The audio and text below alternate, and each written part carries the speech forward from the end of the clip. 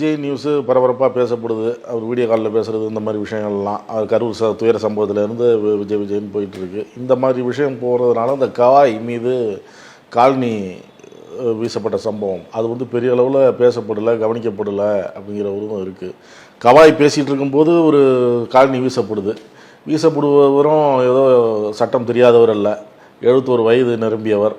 அவருக்கு எல்லா சட்டங்களும் தெரியும், எது சரி எது தப்பு அப்படிங்கிறது எல்லாமே தெரிஞ்சு தான் வீசியிருக்கிறார். இதற்கு பிரதமர்லேருந்து இப்போ மு.க. ஸ்டாலின்லேருந்து பல்வேறு அரசியல் கட்சி தலைவர்கள் வந்து கண்டனம் தெரிவிக்கிறாங்க. இது வந்து கவாய் மீது வீசப்பட்டதை நம்ம சாதாரணமாக எடுத்துக்க முடியாது, இந்திய நீதித்துறை மேலேயே வீசப்பட்டது மாதிரி தான் நம்ம எடுத்துக்கணும் அப்படிலாம் குரல்லாம் வருது. அவரை கேட்டால் நான் செஞ்சது தவறு இல்லை, கடவுளே செய்ய சொன்னார், நான் மன்னிப்பு கேட்க முடியாது அப்படிங்கிறாரு. அந்தளவுக்கு அவர் மதப்பற்று வைத்திருக்கிறாரா அப்படிங்கிற கேள்வி வருது. இது பின்னணி என்ன சார்? ஏன்னா நான் மன்னிப்பு கேட்க முடியாதுங்கிறார் அவர். இந்த சம்பவம் செய்த நபருடைய பெயரை நான் உச்சரிக்க கூட விரும்பலை.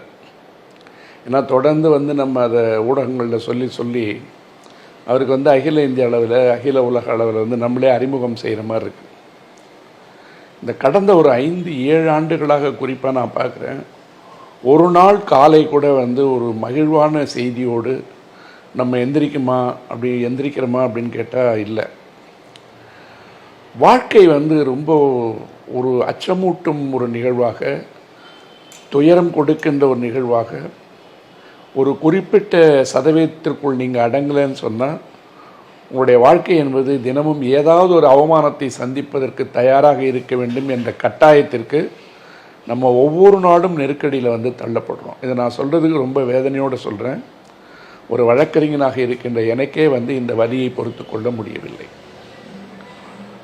அதாவது இந்த மாமன்னன் படத்தில் அந்த படம் வந்தப்போ அந்த ஒரு வரியை நான் எடுத்து வச்சு பேசணும்னு நினச்சிட்டு இருந்தேன்.